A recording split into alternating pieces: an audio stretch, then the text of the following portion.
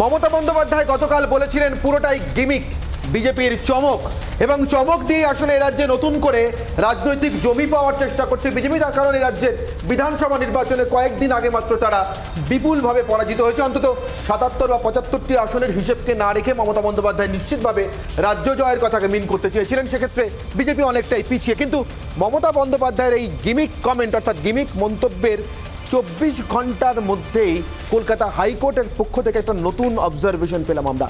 হাইকোর্টের অবসরপ্রাপ্ত প্রধান বিচারপতি তিনি বলছেন যে নির্বাচনী হিংসা যে হয়েছে তার কিছু তথ্য প্রমাণ অন্তত আমরা পেয়েছি, এবং এই হিংসায় কে ব্যবস্থা নিয়েছে সেটাই তো আমরা বুঝতে পারছি না, যদিও বারবার দাবি করা হচ্ছে রাজ্য সরকারের তরফ থেকে যে ব্যবস্থা নাকি নেওয়া হয়েছে। ঠিক কি বলেছে কলকাতা হাইকোর্ট নির্বাচনী হিংসা নিয়ে? আসুন রিপাবলিকের একটি বিশেষ প্রতিবেদন।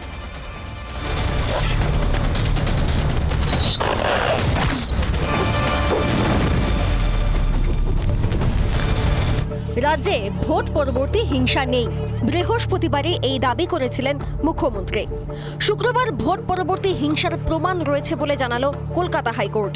এদিন মামলার শুনানিতে বিচারপতিরা বলেন ভোট পরবর্তী হিংসার অভিযোগ স্বীকারই করেনি রাজ্য। আদালতের কাছে বেশ কয়েকটি ঘটনার তথ্য প্রমাণ রয়েছে। পুলিশ আইন অনুযায়ী কাজ করছে না। অভিযোগ উঠলে রাজ্য চুপ করে বসে থাকতে পারে না। অভিযোগের পরিপ্রেক্ষিতে ব্যবস্থা নেওয়া হয়েছে দাবি মুখ্যমন্ত্রী মমতা বন্দ্যোপাধ্যায়ের। বিচারপতি হরিশ টন্ডন বলেন রাজ্য বলছে পদক্ষেপ করা হয়েছে, তবে কার বিরুদ্ধে পদক্ষেপ করা হয়েছে সেটাই স্পষ্ট নয়। ভোট পরবর্তী হিংসা নিয়ে কড়া পদক্ষেপ করেছে কলকাতা হাইকোর্ট। আদালতের নির্দেশ, ঘর ছাড়াদের ঘরে ফেরাতে কমিটি। হাইকোর্টের নির্দেশে কমিটি গঠন হয়েছে। সেই কমিটিতে কেন্দ্র ও রাজ্যের মানবাধিকার কমিশন রয়েছে। কমিটিতে রয়েছেন রাজ্য লিগ্যাল সার্ভিসের প্রতিনিধিরাও। রাজ্যের বিভিন্ন জায়গা ঘুরবে কেন্দ্রের মানবাধিকার কমিশন। এনএইচআরসি কে সাহায্য করবে রাজ্যের মানবাধিকার কমিশন। কেন্দ্রের মানবাধিকার কমিশন আদালতে রিপোর্ট জমা দেবে। নির্দেশ না মানলে রাজ্যকে আদালত অবমাননার দায় পড়তে হবে। পোস্টপোল ভায়োলেন্স নিয়ে আমরা বারবার বলছিলাম যে পশ্চিমবঙ্গে চারদিকে ভায়োলেন্স হচ্ছে, তাতে স্টেট বলছিল কোনো ভায়োলেন্স নেই। তো সেটা আজকে প্রুভ হয়ে গেল। স্টেট লিগ্যাল সার্ভিস অথরিটিসকে লাস্ট টাইম বলা হয়েছিল যে যত কমপ্লেন্টস আছে ওগুলো ওখানে ফরওয়ার্ড করতে। আজকে সেই স্টেট লিগ্যাল সার্ভিস অথরিটি এসে কোর্টের কাছে ৩,০০০ থেকে উপরে কমপ্লেন্টস দিয়েছে। আর তিনি এখানে বলেছেন যে এখানে যে ধরনের ভায়োলেন্স হচ্ছে সবকটা ঘটনা এই রিপোর্টের মাধ্যমে বলা হয়েছে। মামলার পরবর্তী শুনানির দিন আগামী ৩০ জুন। দিল্লি সফরের প্রথম দিনেই কেন্দ্রীয় মানবাধিকার কমিশনের চেয়ারম্যানের সঙ্গে সাক্ষাৎ করেছেন রাজ্যপাল জগদীপ ধনখড়। সেই কেন্দ্রীয় মানবাধিকার কমিশনকে রাজ্যের পরিস্থিতি ঘুরে দেখে রিপোর্ট জমা দেওয়ার কলকাতা হাইকোর্টের নির্দেশ যথেষ্টই তাৎপর্যপূর্ণ মত রাজনৈতিক মহলের। প্রিয়াঙ্কা রায়ের রিপোর্ট, রিপাবলিক বাংলা। তাহলে কলকাতা হাইকোর্ট অন্তত গিমিক মনে করছে না, গিমিক মনে করছেন রাজ্যের মুখ্যমন্ত্রী মমতা বন্দ্যোপাধ্যায়। ঠিক কি বলেছিলেন গতকাল? একটি প্রশ্নের উত্তরে মমতা বন্দ্যোপাধ্যায় নির্বাচন পরবর্তী হিংসার ঘটনা নিয়ে। আসুন শুনে নিন। Whatever they are creating the atmosphere that violence, there is no violence like that. One, two sporadic incident, if any happens, we take strong action. Because we condemn all the violence. And there is no political violence. It is a BJP gimmick violence. There is no political violence, it is BJP gimmick violence. BJP gimmick তৈরি করার চেষ্টা করছে বারবার, violence, হিংসা বলে। এবং রাজ্যপাল জগদীপ ধনখড় যখন দিল্লিতে ন্যাশনাল হিউম্যান রাইটস কমিশনের চেয়ারম্যানের সঙ্গে দেখা করেছেন গত পরশুদিন, অর্থাৎ তার দিল্লি সফরের প্রথম দিন, আজ তার তৃতীয় দিন সফরের মাঝখানের দিনটিতে তিনি দেখা করেছেন রাষ্ট্রপতি এবং দেশের স্বরাষ্ট্রমন্ত্রীর সঙ্গে। প্রথম দিনে দেখা করেছেন এনএইচআরসির চেয়ারম্যান অরুণ মিশ্রের সঙ্গে, অবসরপ্রাপ্ত বিচারপতি। ঠিক তখনই মমতা বন্দ্যোপাধ্যায়ের এই কমেন্টের পর একটু নড়েচড়েই বসেছিল সর্বভারতীয় সংবাদ মাধ্যম। তাহলে কি সত্যিই কিছু নেই? পুরোটাই বিজেপি তৈরি করার চেষ্টা করছে, একটি দুটি বিচ্ছিন্ন ঘটনা। কিন্তু ঠিক পরের দিন কলকাতা হাইকোর্টের এই পর্যবেক্ষণ, এই কড়া রায়, নির্দেশ, ন্যাশনাল হিউম্যান রাইটস কমিশন আসবে, রাজ্য মানবাধিকার কমিশন তাদের সঙ্গে তাল মিলিয়ে কাজ করবে, তাদেরকে সাহায্য করবে, আর না করলে আদালত অবমাননার দায়ে পড়তে হবে রাজ্যকে। স্বাভাবিকভাবেই রাজ্যের পক্ষে অস্বস্তির কারণ যখন প্রশাসনের প্রধান হিসেবে মুখ্যমন্ত্রী পলিটিক্যাল ভায়োলেন্সের অস্তিত্বকেই ঠিক তার আগের দিন অস্বীকার করেছেন। আমার সঙ্গে উপস্থিত অতিথিদের আপনাদের সঙ্গে পরিচয় করে দিয়ে আমার সঙ্গে রয়েছেন বিজেপির তরফ থেকে রাজলক্ষ্মী বসু, আমার সঙ্গে সায়ন বন্দ্যোপাধ্যায় রয়েছেন আইনজীবী হিসেবে, আমার সঙ্গে রয়েছেন লোকনাথ চট্টোপাধ্যায় আরেক আইনজীবী, এবং আমার সঙ্গে আরও দুজন আলোচনাতে দ্রুত যোগ দেবেন তৃণমূল কংগ্রেসের তরফ থেকে একজন এবং অন্যজন যোগ দেবেন বিশিষ্ট আইনজীবী হিসেবে। আমি দুজনের সঙ্গে যোগ দেওয়ার পর আপনাদের পরিচয় করে দিচ্ছি। তার আগে আমার আজকের আলোচনার জন্য বেছে রাখা আজকের প্রশ্নমানগুলো। অনির্বাণের অগ্নিবাণ 1,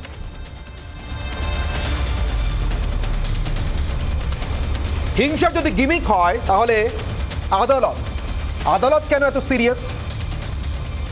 অগ্নিবাণ 2,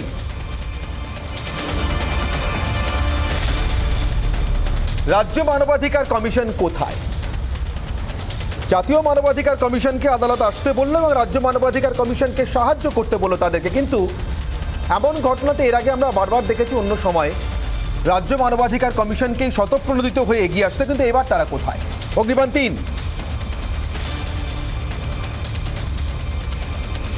অস্বীকারে হিংসা কমে না অপরাধীদের সাহস বাড়ে?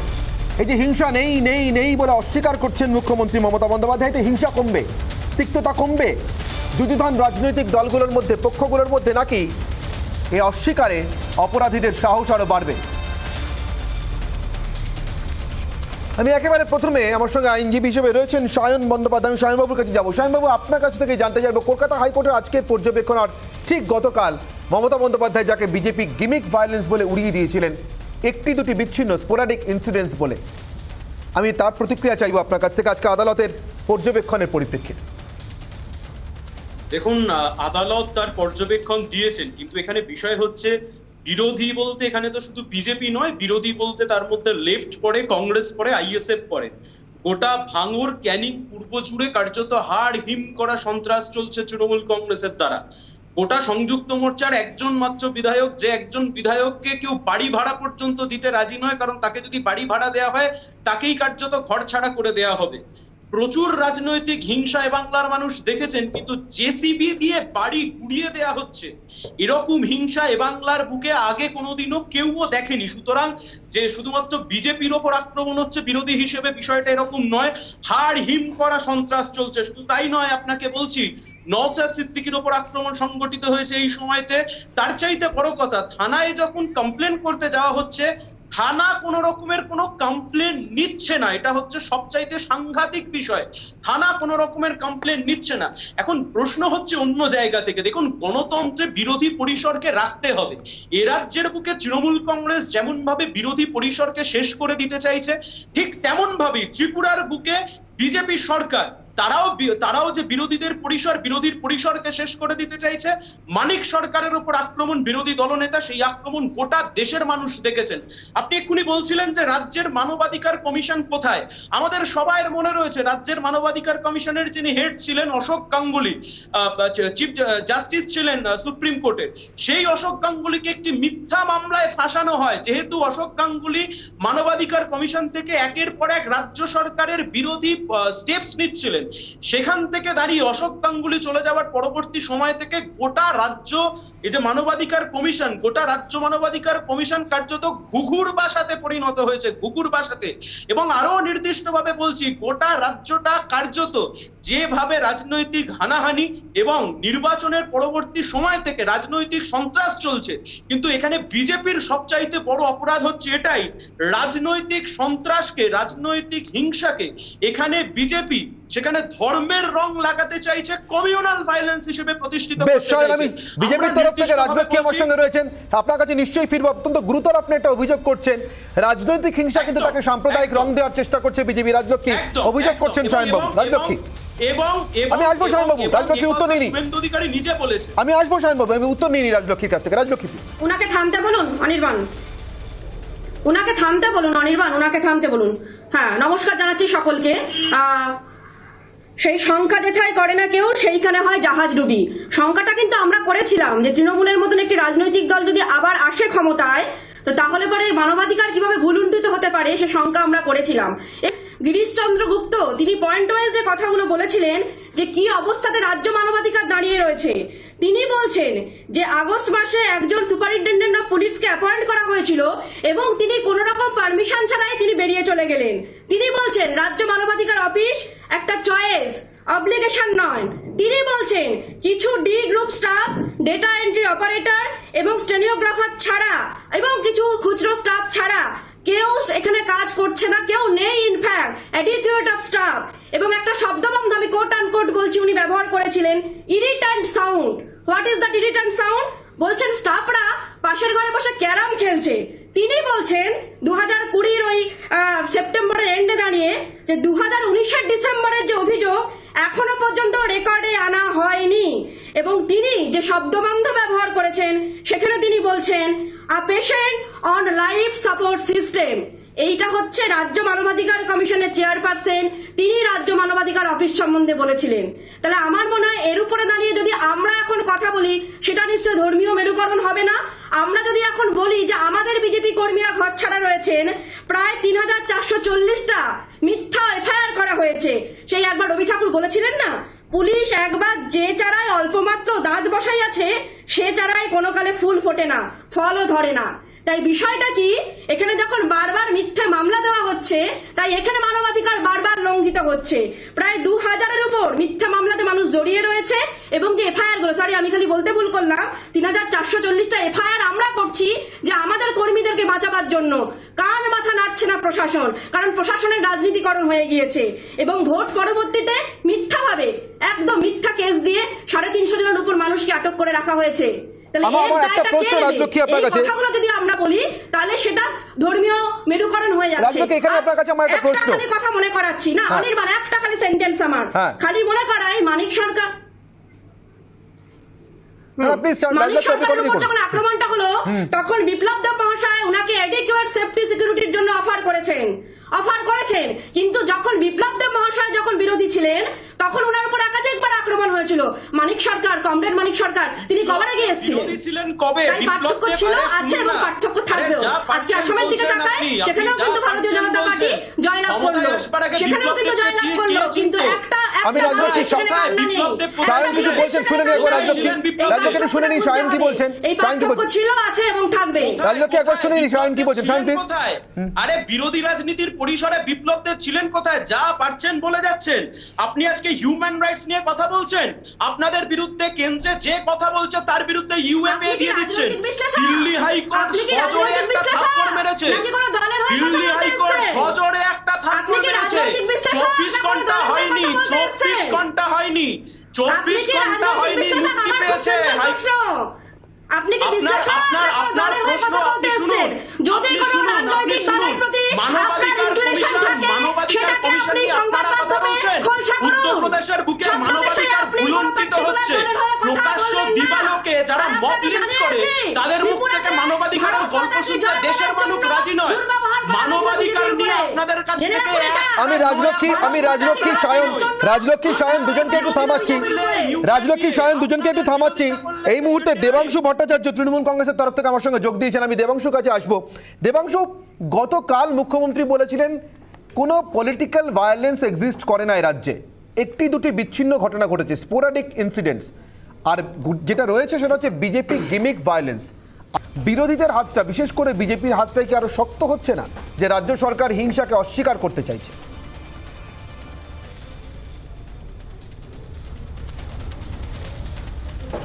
দেখুন অনির্বাণবাবু, প্রথম কথা হচ্ছে কবেকার মানে যে অভিযোগ তার ভিত্তিতে আদালতের এই পর্যবেক্ষণ যেটা আপনারা বলছেন আর কি, আমার বক্তব্য হচ্ছে 2 মে তৃণমূল কংগ্রেসে মানে নির্বাচন ফলাফল প্রকাশিত হওয়ার পর মমতা বন্দ্যোপাধ্যায় তার কয়েকদিন পরে শপথ গ্রহণ করেন এবং সেই যে মাঝখানের সময়টা, সেই সময় কিছু অভিযোগ আসে, সেটা নিয়ে বিভিন্ন ন্যাশনাল মিডিয়া থেকে শুরু করে ভারতীয় জনতা পার্টি এবং তার হোয়াটসঅ্যাপ ইউনিভার্সিটি, সোশ্যাল মিডিয়া জুড়ে এবং টেলিভিশনের পর্দা জুড়ে লেগে পড়ে।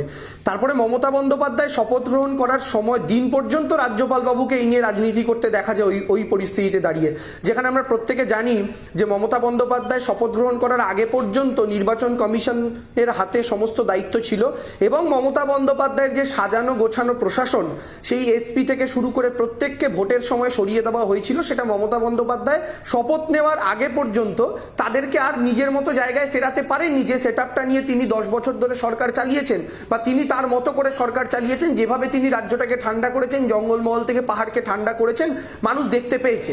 এখন আমরা বারবার যেটা বলে আসছি, কিছু বিক্ষিপ্ত ঘটনা ঘটেছে, কিন্তু সেই জায়গায় দাঁড়িয়ে প্রথম দিন থেকে আমরা বলছি যদি 10টা ঘটনা ঘটেও থাকে, 90টা মিথ্যাচার করা হচ্ছে, তার মধ্যে ধর্মের রূপ দেওয়া হচ্ছে। তার মধ্যে একটা কি, আমি ধরুন বামেদের একটা উদাহরণ দিই।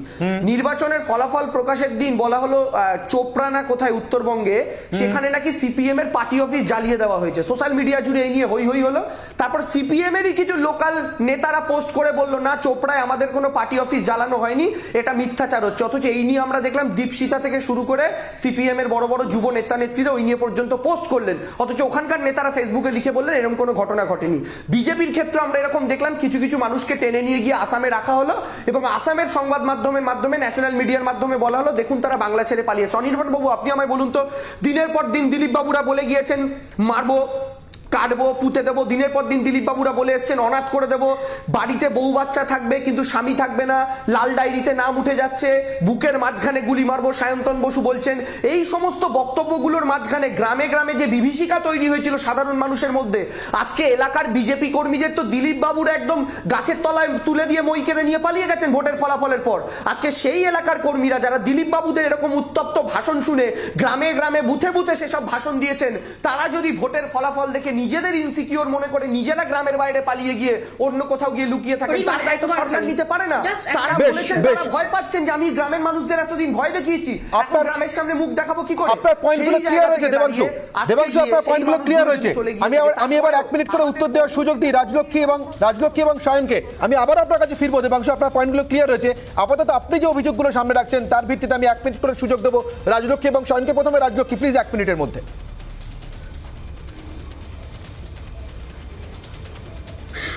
আচ্ছা, 9 তারিখের সময় মানে 9ই জুন নিশ্চয় মমতা বন্দ্যোপাধ্যায় এই রাজ্যের ক্ষমতায় আছেন, তো বাংলার মেয়েকে রক্ষা করতে পারছে না। যখন দেখা গেল হবিবপুরে গণধর্ষণ করা হলো 2 আদিবাসী বোনকে, কি করা হলো? যখন দেখা গেল 11ই জুন পটাশপুরের আমাদের রেখা মাইতিকে তাকে নৃশংসভাবে তাকে মারা হলো, কি করা হলো?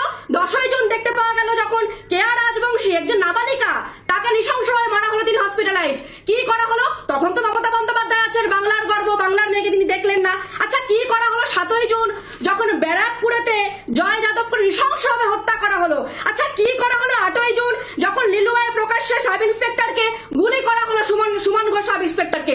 তখন উনি আছেন তো মুখ্যমন্ত্রী। তারপরে কজনকে গ্রেফতার করা হয়েছে, তখন উনি আছেন তো মানে পুলিশ মন্ত্রী। তারপরে কি স্টেপ নেওয়া হয়েছে? আসলে দেবাংশুদের সমস্যাটা হচ্ছে এইটাই, যে কথাটা যে অনির্বাণের 3 নম্বর যে অগ্নিবাণটা ছিল, যে কখনোই ওরা ভুলটাকে ভুল, ওরা অন্যায়টাকে অন্যায় স্বীকার করবে না। কারণ এই রাজ্যের পরিস্থিতি এখন ঠিক মেক্সিকোর মতন। মেক্সিকো যেরকম মারোনার সরকার, সেখানেও 3বার নির্বাচিত। বেশ, সময় যেহেতু শেষ, আমি সায়নের কাছে যাব। সায়নের বিরুদ্ধে অভিযোগ এনেছেন দেবাংশু, মিথ্যে অভিযোগ, হিংসার মিথ্যে অভিযোগ সামনে আনার। সায়ন প্লিজ। দেখুন, গণতন্ত্র হত্যার এই যে খেলা, এই গণতন্ত্র হত্যার খেলাতে তৃণমূল এবং বিজেপি হচ্ছে একই মুদ্রার এপিঠ এবং ওপিঠ। তৃণমূল এবং বিজেপি অর্জুন সিংদের মতো এলিমেন্টদেরকে সামনে রেখে এরা গণতন্ত্রের কথা বলে। এক্ষুনি রাজলক্ষ্মী বলছিলেন ধর্ষণের কথা, অথচ যখন হাতরাসের বুকে ঘটনা ঘটে, এই যে রাজলক্ষ্মীরা চুপ থাকে, গোটা দেশের সংবাদ মাধ্যমকে সেখানে নিষিদ্ধ করে দেওয়া হয়, তারা সেখানে ঢুকতে পারবে না। শুধু তাই নয়, এক্ষুনি দেবাংশু বলছিল না যে জঙ্গলমহল শান্ত হয়ে গেছে, পাহাড় শান্ত হয়ে গেছে। জঙ্গলমহল অশান্ত কারা করেছিল? মাওবাদীরা করেছিল। সেই মাওবাদীদের সাথে এই তৃণমূল কংগ্রেসের সেদিন যৌথ বাহিনী ছিল। সেই কথা আজকে গোটা বাংলার মানুষ জানেন। বিমল গুরুংয়ের বিরুদ্ধে যে সমস্ত অভিযোগ ছিল তার বেশিরভাগ অভিযোগ রাজ্যের পুলিশ তুলে নিয়েছে, এবং তৃণমূল কংগ্রেসের সাথে বিমল গুরুংয়ের যে সখ্যতা, সেই সখ্যতা গোটা রাজ্যের মানুষ আজকে জানেন।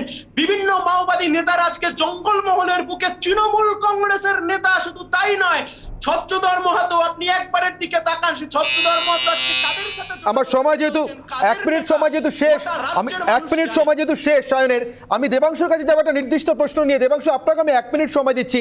সায়ন এবং রাজলক্ষ্মী উত্তর দিয়েছেন আপনার প্রশ্নের বা আপনার অভিযোগের। আমার আপনার কাছে একটাই প্রশ্ন দেবাংশু, জাতীয় মানবাধিকার কমিশন আসছে, কিন্তু রাজ্য মানবাধিকার কমিশন তারা কোথায়? আমি জাস্ট একটু স্মরণ করিয়ে দিই দেবাংশু, নিশ্চিতভাবে এই প্রথম গোটা দেশে বা পশ্চিমবাংলায় মানবাধিকার ভঙ্গ হচ্ছে বা তার অভিযোগ উঠছে এমনটা নয়। আমি জাস্ট স্মরণ করে দিচ্ছি দেবাংশু, আমি যদি ভুল হয় আমাকে বলবেন যে আমি ভুল তথ্য দিচ্ছি। ভিখারি পাসওয়ানের সময় এ রাজ্যে মানবাধিকার কমিশন ছিল।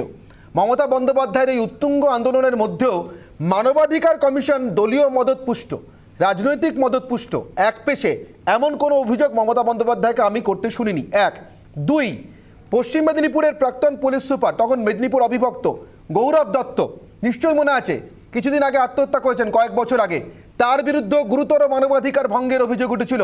মমতা বন্দ্যোপাধ্যায় নেতৃত্ব দিয়েছিলেন আন্দোলনে।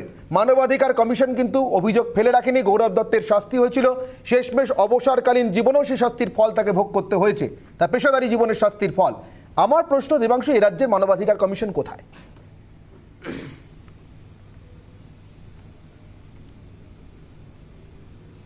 আচ্ছা, প্রথম কথা হচ্ছে সঞ্চালক সহ দুটো রাজনৈতিক দলের প্রশ্ন 1 মিনিটে উত্তর দেওয়াটা একটু মুশকিল। আমি আপনার প্রশ্নটা অনির্বাণদা আসার আগে আমি জাস্ট দুটো কথা বলি। আমি আমাদের বিজেপির যিনি প্রতিনিধি আছেন, মানে প্রথম কথা হচ্ছে আমার এটা মাঝে মধ্যে অবাক লাগে ভাবতে যে নির্লজ্জতার যদি প্রতিযোগিতা হয় সেটা সিপিএম জিতবে না বিজেপি জিতবে, আমি মাঝে মধ্যে কনফিউজ হয়ে যাই। এই যে এখানে মানে অর্জুন সিং এর মতো এলিমেন্টের কথা সায়ন বলল, সুশান্ত ঘোষের মতো সো কল্ড এলিমেন্ট যার বিরুদ্ধে কঙ্কালকাণ্ডের অভিযোগ, যে মামলা এখনো আদালতে চলছে, যার বিরুদ্ধে হাজার হাজার মানুষের অভিযোগ, যিনি এবারও নির্বাচনে তৃতীয় হয়ে মুখ থুবড়ে পড়েছেন, সেই মানুষটাকে কমরেড লাল সেলাম বলে প্রায় বরণডালা নিয়ে যারা ইনভাইট করতে পারে, যারা মেদিনীপুরে ঢোকাতে পারে, সেই সমস্ত মানুষদের কাছে এই মুখে বক্তব্যটা মানায় না, প্রথম কথা। আর গোটা রাজ্যের মানুষের জানার কথা সায়ন বলছিল না, গোটা রাজ্যের মানুষ জানে বলেই তৃণমূলকে 213টা দিয়েছে, আর সায়নের দলকে শূন্য করে দিয়ে হাতে একটা তন্ময় ভট্টাচার্যের কথা অনুযায়ী ফুটো বাটি ধরিয়ে বলেছে কেরালায় ফিরে যাও, ওটাই তোমাদের একমাত্র জায়গা। আর বাকি রইল বিজেপির যিনি প্রতিনিধি, তার বক্তব্য। বিজেপির প্রতিনিধির কাছে আমি জানতে চাইছি, দিদি উন্নাওয়ে তোমাদের এমএলএর বিরুদ্ধে অভিযোগ উঠলো, গোটা যোগী আদিত্যনাথের মন্ত্রিসভা নেমে গেল সেভ করতে, একের পর এক যারা সাক্ষী ছিলেন তাদেরকে মার্ডার করে দেওয়া হলো। তোমাদের বিরুদ্ধে অভিযোগ উঠলো হাতরাসে, মিডিয়াদের আটকে দিলে। হাতরাসের অভিযোগে তোমাদের পার্টির লোকেরা লোকাল এলাকাতে উচ্চবর্ণের মানুষগুলোর সাথে, যারা সোকল্ড উচ্চবর্ণের মানুষ বলে নিজেদের দাবি করছিলেন, তাদের সাথে একযোগে মিলিয়ে সবাই অংশগ্রহণ করলো মেয়েটার বিরুদ্ধে যেন কথা না ওঠে। সেই কারণে আজকে উত্তরপ্রদেশ থেকে শুরু করে বিভিন্ন জায়গা, দেবাংশু, সব জায়গাগুলো রাজত্ব করছো। দেবাংশু 1 মিনিট সময় অতিক্রান্ত হয়ে গিয়েছে বাংলার মাটিতে। দেবাংশু 1 মিনিট সময় অতিক্রান্ত হয়ে গিয়েছে, কিন্তু আপনি যেভাবে শুরুতেই বলেছিলেন যে এতগুলো প্রশ্নের 1 মিনিটে উত্তর দেওয়া মুশকিল, এবং এই মুহূর্তে আমার এখানে ডিবেটের যা চেহারা দেখছি দেবাংশু, তাতে করে আমার মনে হচ্ছে বিধানসভার পরিস্থিতি যাই হোক না কেন, এখানে আমি দেখছি আপনি বিরোধী পক্ষ, আপনার বিরুদ্ধে অন্তত 3 জন, রাজলক্ষ্মী, সায়ন এবং লোকনাথ বাবু, ফলে আপনাকে বিরোধী পক্ষের মর্যাদা দিয়ে বেশি বলার সুযোগ দিচ্ছি। আমি আরো 30 সেকেন্ড বরাদ্দ করলাম দেবাংশু, প্লিজ কমপ্লিট করুন।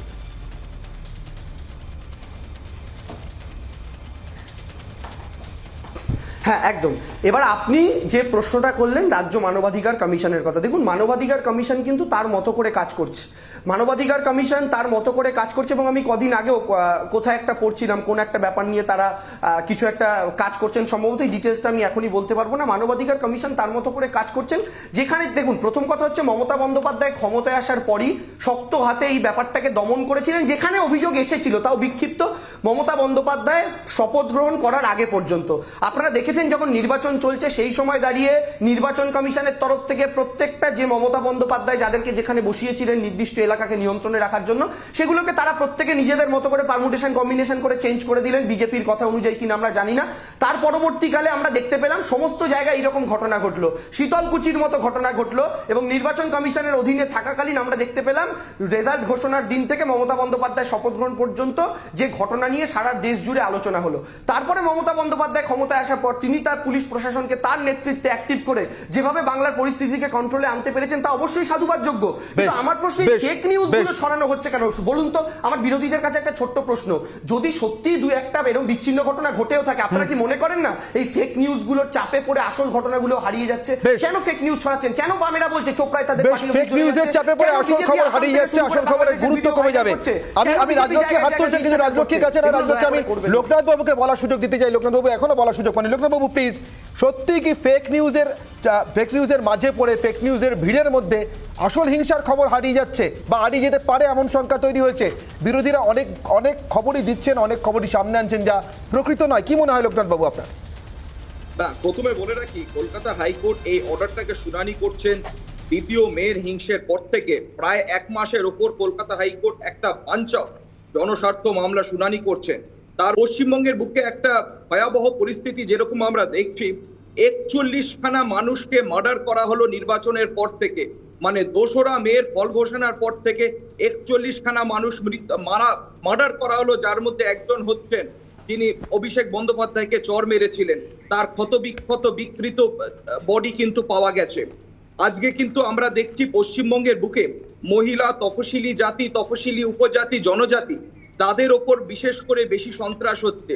আজকে ক্যানিং, সন্দেশখালী অঞ্চলে, বর্ধমানের, পূর্ব বর্ধমানের আউশগ্রাম অঞ্চলে আমরা এমনকি দেখলাম আসামে 4টে ক্যাম্প পর্যন্ত ধুবড়ী কোকরাঝাড় জেলায় বসানো হয়েছিল, যেটা অন রেকর্ড আসামের মুখ্যমন্ত্রী বলেছেন, যেটা আসাম হাইকোর্টে জনস্বার্থ একটি মামলা পিআইএল রয়েছে, সেখানেও শুনানি হচ্ছে।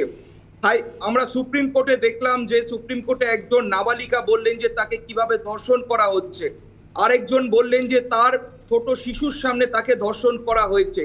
আজকে মহিলাদের ওপর অত্যাচার, নির্মম অত্যাচার কেন? আজকে একটা দল রাজনৈতিকভাবে একটা নির্বাচনে জিতে এসেছেন, তা বলে কি 2,28,00,000 মানুষকে এইভাবে তারা মেরে তাড়াবে? বেশ লোকনাথ বাবু, আপনার কথা নির্যাস বুঝতে পেরেছি। আমার একটা বিরতির সময় আছে, বিরতির পর আমি আবার এই তর্কটা নিয়ে ফিরে আসবো, বিতর্ক নিয়ে ফিরে আসবো। আপনি বলছেন সরকার কিছু লুকোতে চাইছে কিনা, আমি নিশ্চিতভাবে উত্তর খোঁজার চেষ্টা করবো দেবাংশু বাবুর কাছ থেকে, এবং আমার বাকি অতিথিদের নিশ্চয়ই বলার রয়েছে।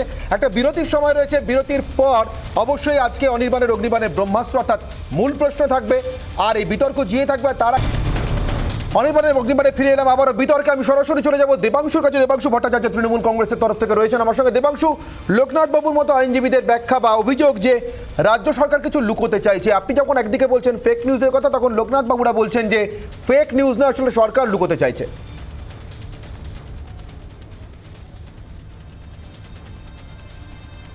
আচ্ছা দেখুন, আমার এটা বলতে খারাপ লাগছে কি আইনজীবীর পরিচয় নিয়ে যারা বসছেন তাদের তো একটা পলিটিক্যাল পক্ষ রয়েছে, সেটা নিয়ে তারা প্রায়ই আপনাদের চ্যানেলে বসেন, আমি দেখেছি, বিশেষ করে লোকনাথ বাবুর মতো ব্যক্তি।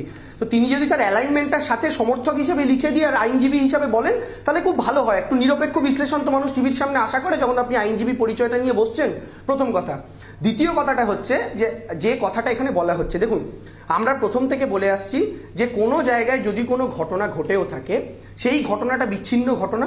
একটা রাজ্য সরকার ক্ষমতায় আসার আগের মুহূর্তে যদি কিছু ঘটে থাকে, মমতা বন্দ্যোপাধ্যায় ক্ষমতায় আসার পরই শক্ত হাতে পুরো ব্যাপারটাকে কন্ট্রোল করার চেষ্টা করেছেন। আমাদের এখানে অন্যান্য, আজকে ধরুন একটা ঘটনা ঘটছে, টিভি চ্যানেলে ডিবেট হচ্ছে, বিতর্ক হচ্ছে, 10টার মধ্যে 9টা ঘটনা ধরুন ফেক, একটা সত্যি ঘটনা হলেও সেটা নিয়ে আলোচনা চলছে, সেই জায়গাটা অব্দি প্রশাসন পৌঁছচ্ছে।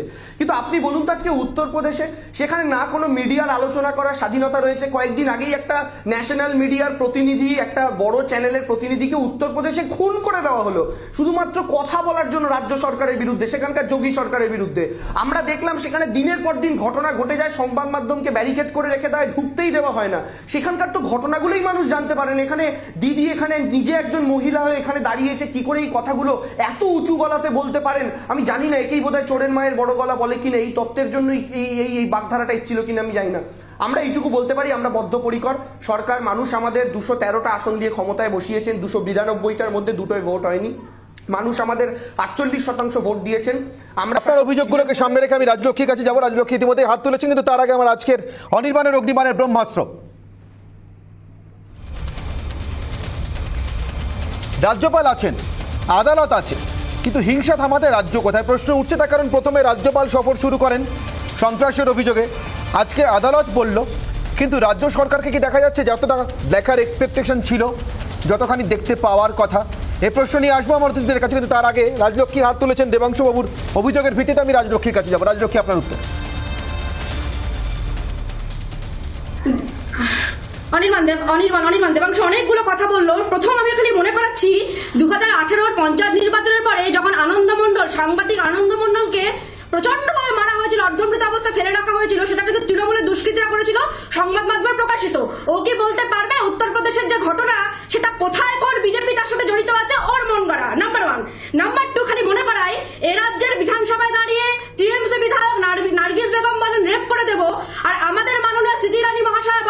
যে কোনো ধর্ষকের শাস্তি হোক মৃত্যুদণ্ড, পার্থক্য ছিল, আছে, থাকবে।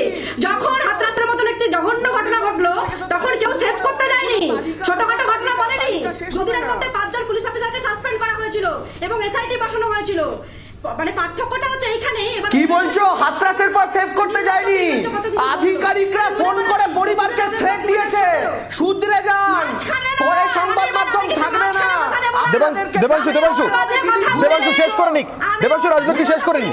দেবাংশু আমি আসবো আপনার কাছে, রাজলক্ষ্মী শেষ করে নিন প্লিজ, প্লিজ এক এক করে। দেবাংশু আমি আসবো আপনার কাছে, রাজলক্ষ্মী শেষ করে নিন প্লিজ। আমি আসবো আপনার কাছে, দেবাংশু আপনাকে সময় দেবো, রাজলক্ষ্মী প্লিজ। উত্তেজিত হচ্ছে কেন? আসলে তৃণমূল হচ্ছে দূরদৃষ্টি সম্পন্ন একটি রাজনৈতিক দল। তাই পশ্চিমবঙ্গ যেখানে ক্ষমতায় আছে সেখান থেকে ছেড়ে কখনো কেরালা, কখনো ত্রিপুরা, কখনো উত্তরপ্রদেশ চলে যাচ্ছে। 25শে নভেম্বর 2017 পুলিশ সুপাররা টিএমসি জেলা সভাপতি বক্তা মুকুল রায়। দেবাংশু লজ্জা লাগছে? 11 জুন 2019 খুনি মুখ্যমন্ত্রী, সারা গায়ে রক্তের দাগ। দেবাংশু লজ্জা লাগছে? এত ধৈর্য কেন হারাচ্ছে? এত ধৈর্য, এত 2018 মার্চ মাস তৎকালীন মুখ্যমন্ত্রী এবং আজকের মুখ্যমন্ত্রী মমতা বন্দ্যোপাধ্যায় বলেছিলেন বিজেপিকে ইঞ্চিতে ইঞ্চিতে বুঝে নেব। তাহলে কি আজকে ইঞ্চিতে ইঞ্চিতে বুঝে নেওয়া চলছে? আচ্ছা, এবার হচ্ছে গিয়ে আমার একটা ঘটনা মনে পড়ে গেল। সেই ঘটনাটা হচ্ছে যে হাতির পিঠে ইন্দিরা, বিখ্যাত একটি ঘটনা ছিল বেলচিতে আগস্ট মাসের 1977। গোটা দেশ যখন অন্ধকারের মধ্যে ডুবে রয়েছে তখন বেলচিতে হাতির পিঠে ইন্দিরা গান্ধী। এখানেও মমতা ব্যানার্জি একই রকম, গোটা রাজ্য নৈরাজ্যের মধ্যে ডুবে রয়েছে। আর উনি নবান্নতে বসে রয়েছেন। উনাদের একটা মানুষকে, একটা প্রতিনিধিকে, একটা রাজ্য সরকারের প্রতিনিধিকে কোথাও দেখতে পাওয়া যাচ্ছে না। ঠিক সেই হাতির পিঠে ইন্দিরা।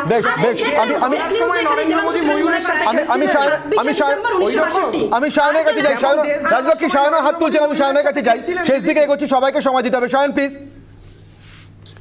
দেখুন বিষয় হচ্ছে আজকে প্যানেলে যে দুজন বসে রয়েছে রাজনৈতিক দল থেকে, বিজেপি আর তৃণমূল, এই যে ধর্ষণের কথা বলছিল, একজন হাতরাসের ঘটনা হওয়ার পরে সেখানে সাংবাদিকদেরকে যেতে দেয়নি, ঘটনা চাপা দিতে চেয়েছে।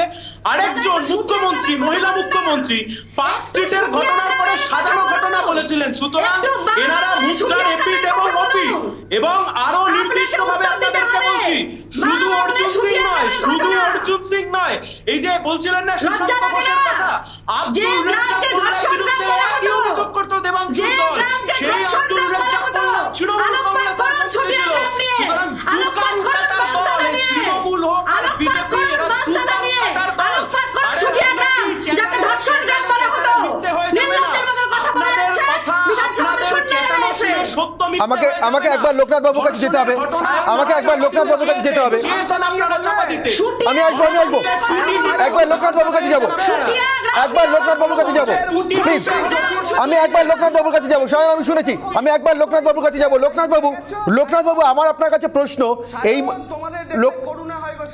আমি আসবো দেবাংশু, আপনাকে সময় দেবো, একদম শেষ দিকে চলে এসেছি। লোকনাথ বাবু আপনার কাছে আমার প্রশ্ন, তাহলে কি শেষ পর্যন্ত রাজনৈতিক হিংসা বন্ধের ক্ষেত্রে মনে হচ্ছে যে রাজ্যপালের অতি সক্রিয়তা যেভাবে বিচার করছেন সেটা এলো, হাইকোর্ট এলো, অর্থাৎ আজকে আদালতের পর্যবেক্ষণ এলো, কিন্তু রাজ্য সরকারের ভূমিকার এখনো খামতি রয়ে গিয়েছে? আপনার কি মনে হয় আইনজীবী হিসেবে?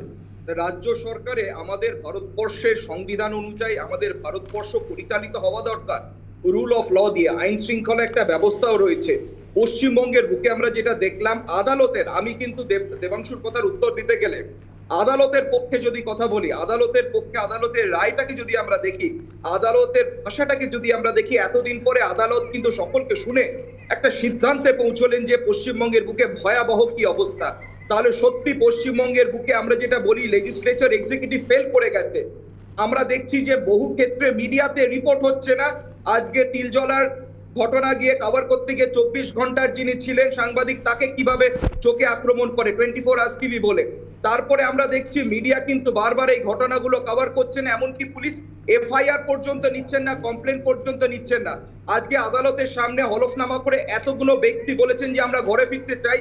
আমরা দেখবো যে ইমেল করে কতজন জানিয়েছেন 3 জন কমিটিকে, বহু মানুষ 3000-এর ওপর ঘটনা রয়েছে একেবারে অন রেকর্ড আদালতের সামনে রয়েছে। এসএলএস স্টেট লিগ্যাল অথরিটি বলছেন যে তারা কিন্তু ঘরে ফিরতে চাইছেন। তাহলে আমার সময় একমাত্র আদালতই মানুষের পাশে কিন্তু দাঁড়িয়েছে। আজকে কিন্তু ভয়ঙ্কর ঘটনা আপনি দেখান, আপনি সময় যদি শেষ হয়েছে দেবাংশু, হ্যাঁ দেবাংশু প্লিজ, আপনি দেখান সময় শেষ হচ্ছে দেবাংশু প্লিজ, হ্যাঁ দেবাংশু প্লিজ। আজকে কিন্তু আদালতের কথা শুনলে দেবাংশু আদালতকে মিসকোট করছেন স্যার, আদালতকে মিসকোট করছেন। আদালত কোথায় বলেছে ভয়ঙ্কর ঘটনা আপনি দেখান। আদালত বলেছে আমি সিঙ্গেল লাইনার খালি দেবাংশুকে খালি জিজ্ঞাসা করবো অনির্বাণ, হ্যাঁ single liner please single liner, Rajlakshmi single liner, শেষ দিকে চলেছি প্লিজ সিঙ্গেল লাইনার। ভয়ঙ্কর ঘটনা কোথায় বলেছে দেখান। দেবাংশু 1 মিনিট দিচ্ছি রাজলক্ষ্মীকে। Debangshu single liner, 1 second. দেবাংশুকে একটা খালি প্রশ্ন, হ্যাঁ আমার হ্যাঁ তখনও দেবাংশু জয়েন করেনি, তাই এ রাজ্যের মানবাধিকার কমিশনের চেয়ারম্যান তিনি বলছেন আরে আইনজীবী আর রাজলক্ষ্মী দি তো একই দলে। Life support system. দেবাংশু একটু বুঝিয়ে বলবে মানেটা কি? দেবাংশু রাজ্য মানবাধিকার কমিশনের চেয়ারম্যানের বক্তব্য বলছেন রাজলক্ষ্মী প্লিজ। কমিশনের চেয়ারম্যানের মন্তব্য বিজন সরকার একটু বুঝিয়ে বলতে হবে। 2011 থেকে শিক্ষক দেবাংশু বাবু প্লিজ। আমি কি হাউলিং হলো কিচ্ছু শুনতে পেলাম না। দিদি কি বললেন আমি কিছু শুনতে। রাজ্য মানবাধিকার কমিশনের চেয়ারম্যানের পর্যবেক্ষণের কথা বলছিলেন রাজলক্ষ্মী। আর এখন শুনতে পাবে না, আর শুনতে পাবে না। আচ্ছা সময় যেহেতু একদম শেষ হয়ে এসেছে, দেবাংশু আমার প্রশ্ন নিশ্চিতভাবে আমি তো ওই কথা আমি আর তো বলতে পারবে না, আর বলতে পারবে আচ্ছা না। একদম শেষ দিকে চলে এসেছি প্লিজ, একদম শেষ দিকে চলে এসেছি। আমি Sayan 30 second, Sayan 30 second, 10 second, Anirban 10 second, 10 হ্যাঁ সেকেন্ড, 30 সেকেন্ড, 30 সেকেন্ড দিচ্ছি প্লিজ। আরে দেবাংশু, তুমি আইনজীবীদের রাজনৈতিক পরিচয় নিয়ে এত চিন্তিত? 2011 সাল থেকে শিক্ষকতার পরিচয় দিয়ে, শিক্ষকের পরিচয় দিয়ে রাজ্য জুড়ে যে দুজন শিক্ষক এই চ্যানেলে বসে তৃণমূল কংগ্রেসের দালালি করেছে, তারা সবাই জানে একের পর এক ঘটনা রাজ্যের মানুষ কন্ডেম করেছেন। সেই শিক্ষকরা চ্যানেলে বসে তৃণমূল কংগ্রেসের দালালি করে গেছে শিক্ষকের মুখোশ পরে। সুতরাং আইনজীবীদের রাজনৈতিক পরিচয় খুঁজতে যাওয়ার আগে ওই বিজন বাবু আর দেবনারায়ণ বাবুর ওরকম রাজনৈতিক পরিচয় খুঁজে আচ্ছা যারা নেই সায়ন আমার অনুরোধ, যারা নেই আজকের প্যানেলে তাদেরকে নিয়ে আলোচনা থাক। আমি একদম শেষে দেবাংশুর কাছ থেকে উত্তর নিতে যাবো। দেবাংশু বাবু, আদালত পদক্ষেপ করেছে, নিশ্চিতভাবে আদালত পদক্ষেপ করতে পারে, কিন্তু আমি যেটা বলছিলাম রাজ্যপাল এবং আদালতেরও থেকে বেশি করে মানুষ চাইবেন রাজ্য সরকারের পদক্ষেপ, সেটা কি এনশিওর করছেন আপনারা দলগতভাবে?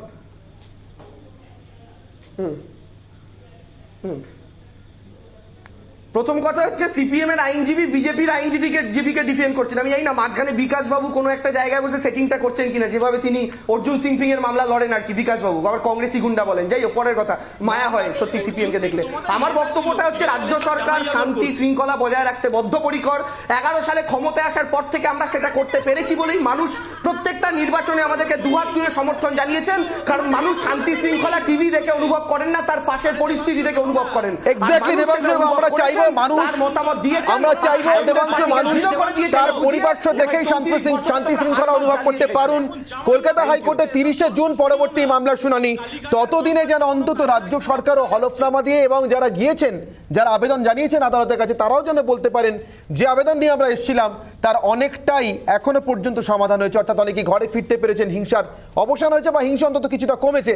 এই আশা নিয়ে অনির্বাণের বিতর্ক পর্ব এখানে শেষ করছি। এরপর ব্রেকিং নিউজ সেকশনে যাবো অনির্বাণ এবং সেখানে রাজলক্ষ্মী এবং দেবাংশু আমার সঙ্গে থাকবেন, এই অনুরোধ জানিয়ে লোকনাথ বাবু এবং স্বয়ংকে আপাতত আজকের এই অনির্বাণের বিতর্কে অংশগ্রহণ করবার জন্য ধন্যবাদ জানিয়ে একটা বিরতিতে যাচ্ছি। বিরতির পর ফিরছি অনির্বাণ এই মুহূর্তের সেরা 3টে ব্রেকিং নিউজ নিয়ে। সঙ্গে থাকুন রিপাবলিক বাংলায়।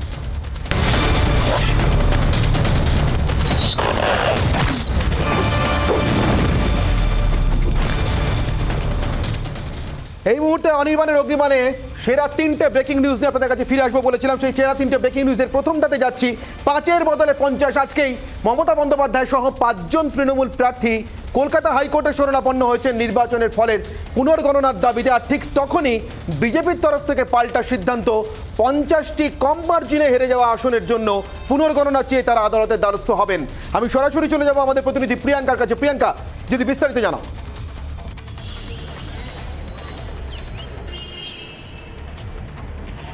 একেবারে অনির্বাণ, যে খবর ইতিমধ্যে পাওয়া যাচ্ছে যে আমরা আজকে সকাল অবধি দেখেছিলাম মমতা বন্দ্যোপাধ্যায় নির্বাচনের পরাজয়ের পর সেই নির্বাচনের ফলাফলকে চ্যালেঞ্জ করে গিয়েছিলেন হাইকোর্টে, এবং যার শুনানি রয়েছে আগামী বৃহস্পতিবার অর্থাৎ 24 তারিখ।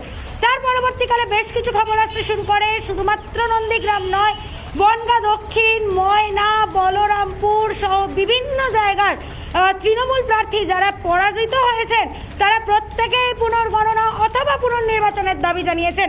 পাশাপাশি যদি দেখতে হয় 5 বিধায়কদের 5 পরাজিত বিধায়ক যেরকম পুনর্গণনা এবং অথবা পুনর্নির্বাচনের দাবি তৃণমূলের তরফ থেকে জানিয়েছেন, বিজেপি সূত্র মারফত খবর বিজেপির তরফ থেকে এমন 50 জন হেরে যাওয়া প্রার্থী তারা পুনরায় পুনর্গণনা বা পুনর্নির্বাচনের দাবি হাইকোর্টে জানাতে চলেছেন। অর্থাৎ বোঝাই যাচ্ছে 5-এর সাথে সাথে 50 জন, 5 ইকুয়ালস টু 50। স্বাভাবিকভাবে লড়াই যে হাড্ডাহাড্ডি তৃণমূল এবং বিজেপির, সেটা এর পরবর্তীকালে স্পষ্ট বোঝা যাচ্ছে। একেবারে প্রিয়াঙ্কা, আপাতত আমি 30 সেকেন্ড করে রিয়াকশনে চলে যাব। প্রথমে রাজলক্ষ্মী, আপনার কাছ থেকে 5-এর বদলে 50।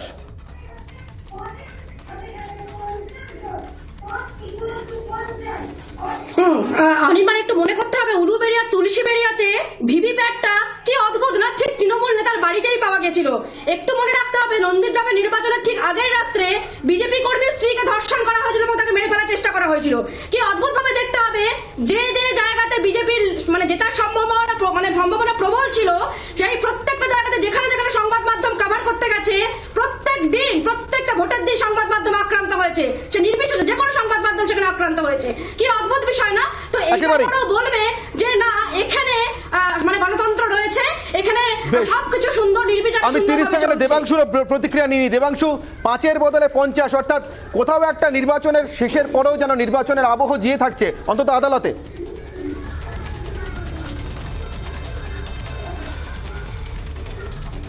না, আমি 5-এর বদলে 50 না, আমি বলছি 5-এর বদলে ওরা 537টা কেন্দ্রে পুনর্গণনার দাবি করুক। 537-এর মধ্যে পশ্চিমবঙ্গের 294 প্লাস বিহারের 243। এই দুটোতে হলে হেভি দেখবেন যে বিজেপি 77 যেটা রয়েছে ওটা 37-এর নিচে নেমে আসবে। আর সাথে সাথে বিহারের 243টার মধ্যে দেখবেন তেজস্বী যাদব মুখ্যমন্ত্রী হয়ে গেছে। আমরা তো বারবার বলছি আমাদের এতে কোনো আপত্তি নেই, কারণ প্রত্যেকটা জায়গায় বিজেপি নির্বাচন কমিশনকে কাজে লাগিয়ে এই ভণ্ডামি প্রথম থেকে করে গিয়েছিল। আমরা তো বলছি নন্দীগ্রামে আপনাদের টিভি চ্যানেলেই তো ব্রেকিং নিউজ এসেছিল, সমস্ত চ্যানেলে, যে মমতা ব্যানার্জি জয়ী হয়ে গেছেন। সময় যেহেতু শেষ, দেবাংশু থামাতে হচ্ছে। রাজলক্ষ্মী হাত তুলছেন, কিন্তু রাজলক্ষ্মীর কাছে আমি যেতে পারবো না, তার কারণ আমার সময় সংক্ষিপ্ত। পরের ব্রেকিং নিউজটা যেতে হবে। পরের ব্রেকিং নিউজটা তথাগত রায়কে কেন্দ্র করে। তথাগত রায় আজকে ফের একবার মনে করিয়ে দিয়েছেন নির্বাচন পরবর্তী সময়ে তিনি ঠিক যেভাবে রাজ্যের দলের খারাপ ফলের জন্য কৈলাস বিজয়বর্গী, দিলীপ ঘোষ, শিবপ্রকাশ দে এবং অরবিন্দ মেননকে দায়ী করেছিলেন, সেখান থেকে তিনি নড়ছেন না, সরছেন না।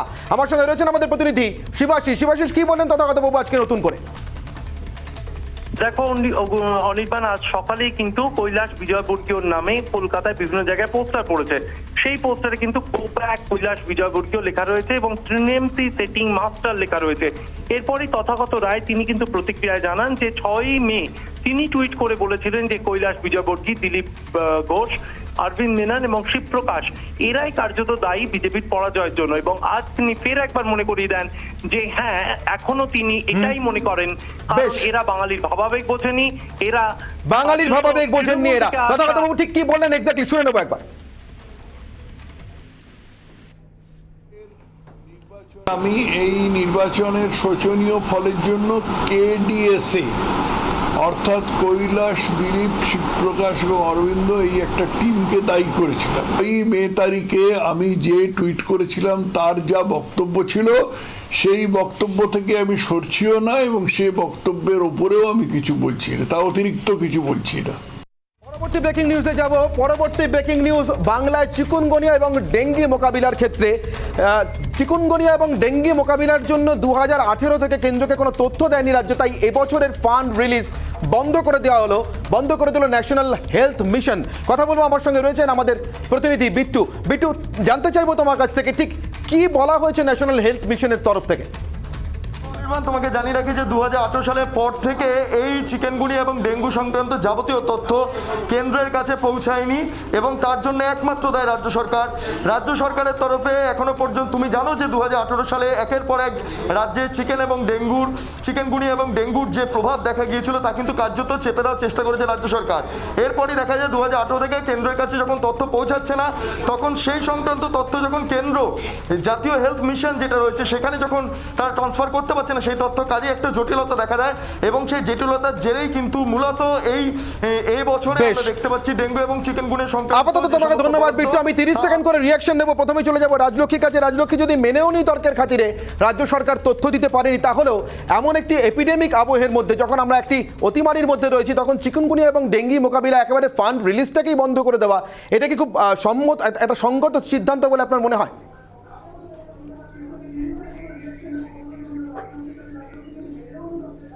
প্রথম কথা অনেকবার মনে রাখতে হবে যে আয়ুষের যে টাকা এসেছিল সেই টাকা কিন্তু রাজ্য সরকার খরচা করতে পারেনি, তাই নিয়ম মাফিক ফেরত নিয়ে যেতে হয়েছিল।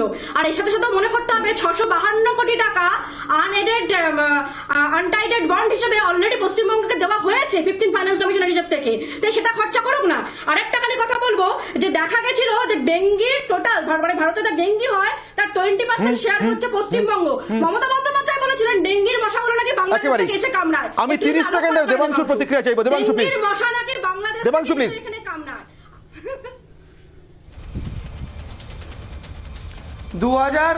2018-19 বিহার, উত্তরাখণ্ড, মধ্যপ্রদেশ থেকে শুরু করে আসাম, হরিয়ানা ইত্যাদি রাজ্য যেগুলো বিজেপি শাসন করে সেগুলোকে একই অভিযোগে অভিযুক্ত করেছিল ন্যাশনাল হেলথ মিশন। কিন্তু অদ্ভুত বিষয় হচ্ছে বাংলাকে বেছে বেছে টার্গেট করা হলো এই প্যান্ডেমিকের টাইমে, কারণ নরেন্দ্র মোদীকে প্রথম থেকে সেই বদলাটা নিতে হবে, কখনো মন্ত্রী অ্যারেস্ট করে, কখনো আমলা ডেকে নিয়ে, বা কখনো টাকা বন্ধ করে দিয়ে। কারণ এ বাঙালি তুই কেন আমাদের 77টা আসন সময় যদি একদম শেষ, আমাকে থামতে হচ্ছে নিশ্চিতভাবে।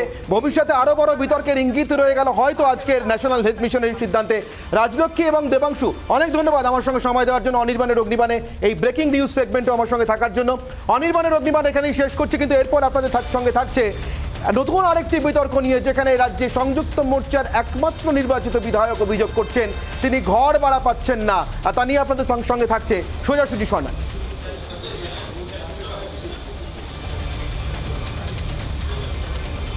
ধন্যবাদ অনির্বাণ। অনির্বাণের অগ্নিবাণে এতক্ষণ আপনারা ছিলেন, একটার পর একটা অগ্নিবাণ সামাল দেখছিলেন। তার পাশাপাশি এই মুহূর্তে যে নতুন বিতর্কের কথা বললেন অনির্বাণ, সেই নতুন বিতর্ক নিয়ে আমি স্বর্ণালী থাকছি আর একটু পরেই সোজাসুজি স্বর্ণালীতে। সঙ্গে থাকুন।